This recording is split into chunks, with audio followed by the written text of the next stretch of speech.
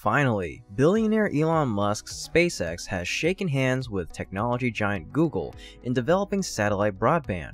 This collaboration between the two firms is going to hold a lot of substance for every internet user.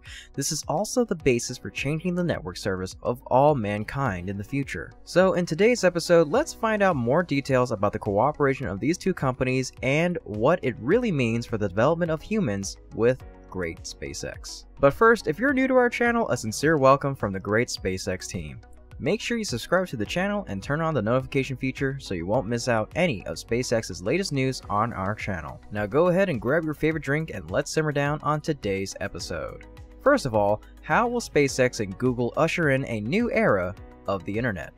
In fact, Google Cloud and SpaceX have announced this partnership since May. They will collaborate to set up the infrastructure needed to deliver high-speed data to businesses, including secure access to the cloud and broadband internet infrastructure. Under the partnership, SpaceX will build Starlink ground stations within Google data center properties. The ground stations will be connected to Google's fiber optic network to enable secure, low-latency delivery of data from more than 1,500 Starlink satellites launched to orbit that could provide service to rural and remote locations via Google Cloud. To date, SpaceX has launched over 1,700 internet beaming Starlink satellites to low Earth orbit, out of over 12,000 that will be part of the broadband constellation. The company is already providing beta service to customers in the United States and abroad. Google data centers will help SpaceX's Starlink network enable internet and cloud service around the world in any location, including remote areas. Organizations with broad footprints, like public sector agencies, businesses with presences at the network edge, or those operating in rural or remote areas, often require access to applications running in the cloud, or to cloud services like analytics, artificial intelligence, or machine learning. Google representatives said connectivity from Starlink's constellations of low Earth orbit satellites provide a path for these organizations to deliver data and applications to teams distributed across countries and continents, quickly and securely.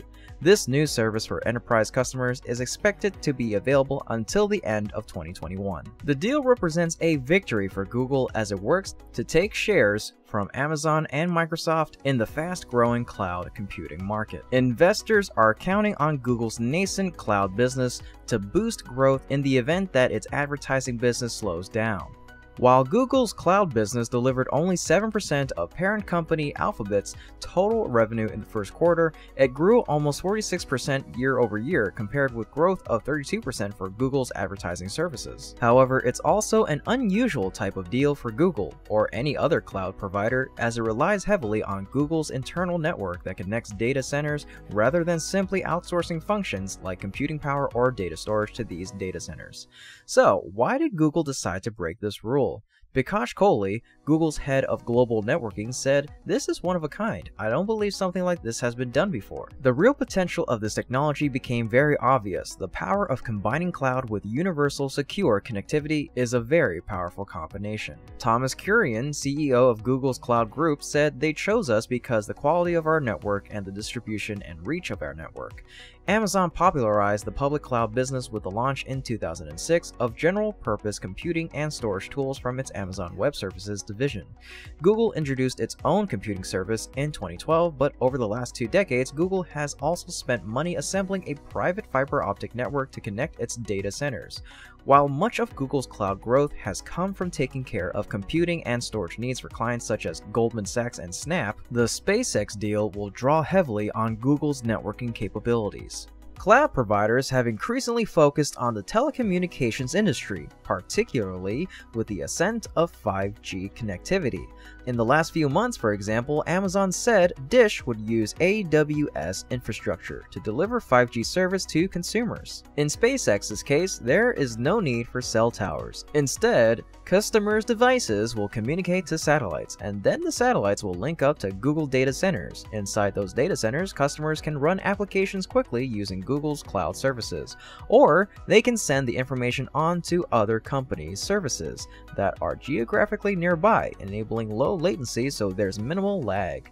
Data then comes right back through the Google data centers to satellites and then down to end users. The deal could last 7 years, according to a person who declined to be named discussing confidential terms.